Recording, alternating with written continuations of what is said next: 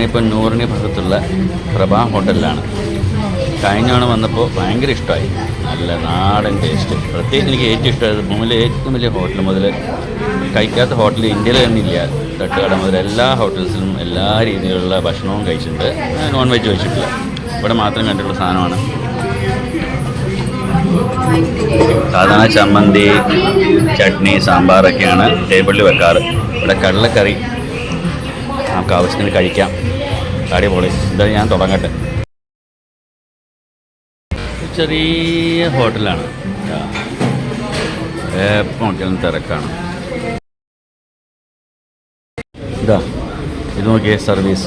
ഞാനിപ്പോൾ ചോദിച്ചു പപ്പടം ഉണ്ടോ എന്ന് ചോദിച്ചു. ഇല്ല, സാറിന് കാച്ചി തരാമെന്ന് പറഞ്ഞു. ഇതാ എണ്ണയിൽ നിന്ന് എടുത്തതിൻ്റെ ചൂട് മാറിയിട്ടില്ല. ഇതാണ് സർവീസ്. വലിയ ഹോട്ടലുകളിലൊക്കെ പോലും ഇത് കണ്ടുപിടിക്കണം.